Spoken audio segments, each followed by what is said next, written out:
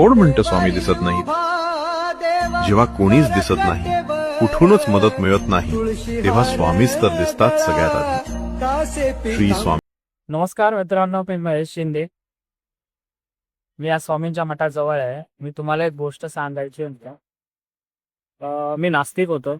मी देव वगैरे असं मानत नाही. मला जेव्हा घरातले घेऊन गेले देवाकडे किंवा मंदिरात, तेव्हा गेलो. कुठला दिवस पाळला नाही. मंगळवार, सोमवार वगैरे कोणता सण नाही. जेव्हा मला मनाला वाटलं तेव्हा मी नॉनव्हेज खात होतो. ओके. काही त्रुटी होत्या माझ्यामध्ये.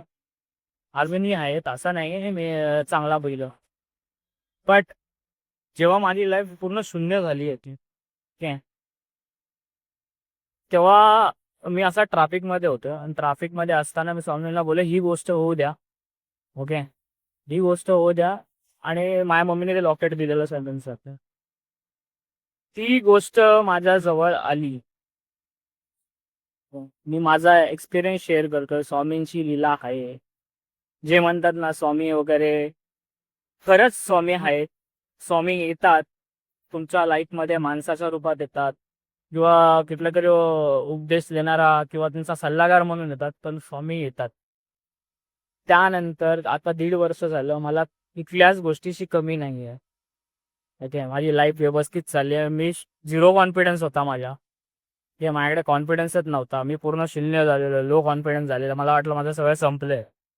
पण स्वामींकडे मी जी गोष्ट मागितली, स्वामींनी मला ते दिली. होतं काय, जेव्हा स्वामी तुम्हाला एखादी गोष्ट देतात, ती तुम्हाला प्रसाद म्हणून जपली पाहिजे. आता तीच गोष्ट तुम्ही जर प्रसाद म्हणून नाही जपली ना, त्याचा जर तुम्ही त्याचा जर व्यवस्थित काळजी वगैरे घेतलात नाही, मग ती तुमच्याकडे राहणारच नाही ना. आता हे तुमच्या हातात आहे. स्वामींचा प्रसाद कसा ठेवायचा, कसा तुमच्या हातामध्ये, कसा त्याचा सांभाळ करायचा,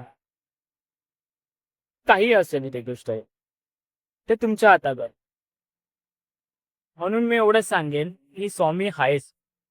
जेव्हा जेव्हा मला गरज होती, मी जेव्हा जेव्हा स्वामींना हाक मारले, तेव्हा तेव्हा स्वामी माझ्याकडे आलेत.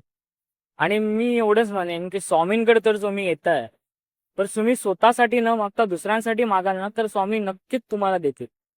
आणि ते त्याच्यासाठी पण देतील आणि तुमच्यासाठी पण चांगलं करतील.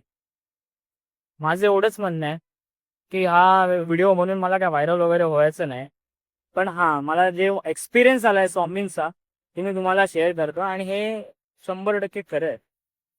ही ती वस्तू मला, म्हणजे ती गोष्ट जी मला पाहिजे होती, माझी इच्छा होती, ती पूर्ण झाली आहे. ठीक आहे. आणि आता ते माझ्या हातात आहे. ती वस्तू, म्हणजे ती जी इच्छा आहे, तिला कसं सांभाळणं, तिला कसं हे करणं, ते माझ्या हातात आहे.